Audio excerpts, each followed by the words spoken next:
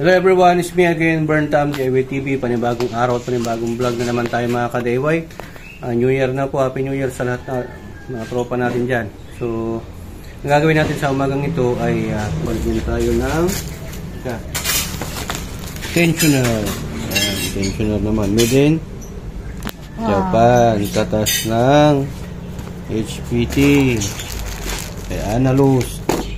Salamat sa sponsor natin. Shoutout muna natin, Analus Vlog. Paki-subscribe sa YouTube channel at paki-follow yung Facebook niya. Salamat sa pa-Christmas. Okay, so yan yung tensioner natin. Actually sabi nila pwedeng ito lang ang papalitan, yung shock, yung tensioner, at itong parang ano niya, bearing. Pero binuo ko na. Nandito yung belt, yung alternator belt, yung drive belt. May matalakiti ka na. Oo, ito yung Santa belt ay bearing na po. Okay. So, yan yung part number din niya, mga ka-DIY. Pero parang replacement lang to. Okay na rin, kita wala. Tara, tingnan natin.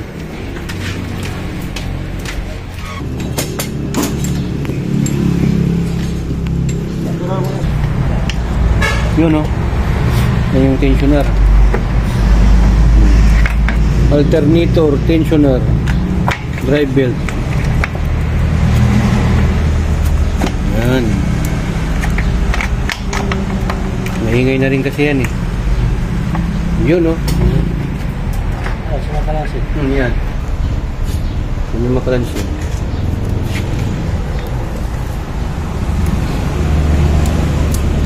Mahigpitan lang. No? Bago lang yan. Baka pwede pa.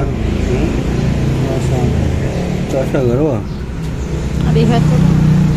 Ayan mga ka-DIY, ito yung ano niya, luma na ano, tensioner. Ito yung bago. So itong ano, gauge pala to. Mahalin din to, original gauge. US yan, US yung gauge. Yung part number niya. So compare natin. Parehas lang naman sila. Kaya lang ng brand.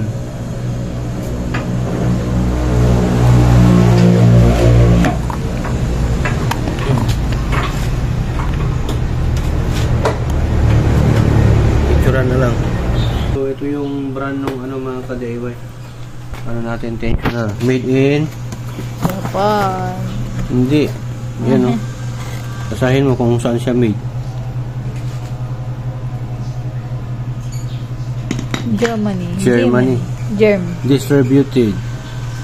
Germany. Iba yun. Ay, sigol. Ang dagat. Ay, dagat. Yung ano mga ka-DIY, kinasarpak na yung tensioner. Ala ko dala may dalang di masin. Ito yung manabang natin, no? Huwag malabong baso.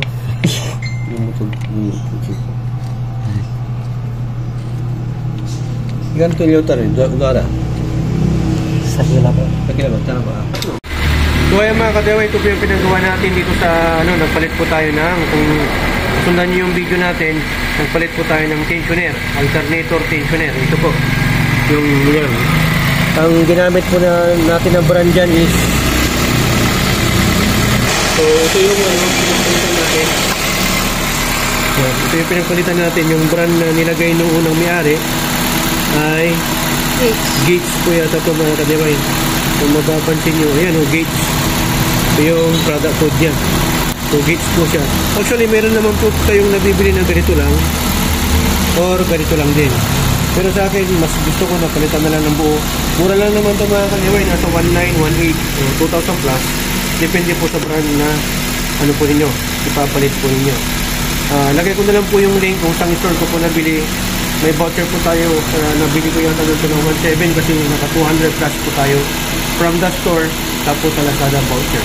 Puro Lazada po ito mga ka-DIY, pero hindi po siya ano, sa Banawi yata to o sa Bulacan ang galing, yung auto supply. Okay, hindi po kayo sa Lazada or Shopee, China na, hindi po. May mga store po na kung saan nag-avail sila ng app sa ano, Lazada or sa Shopee. Kaya doon po tayo papapili.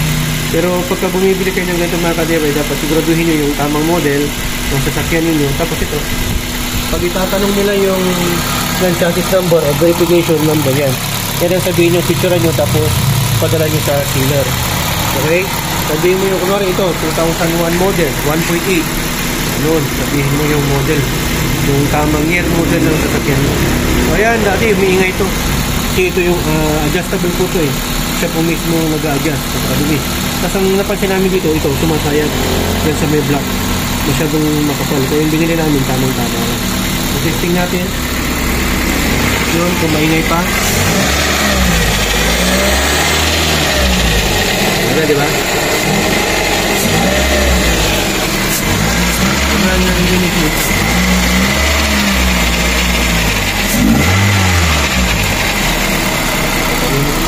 So ayan mga kadeway, nakita nyo naman, narinig nyo naman, wala nang masyadong yung parang kumakalansing, yung parang lumalagatok na tunog po ng tensioner natin. Sundan nyo lang po yung proseso, makikita nyo naman po doon sa video.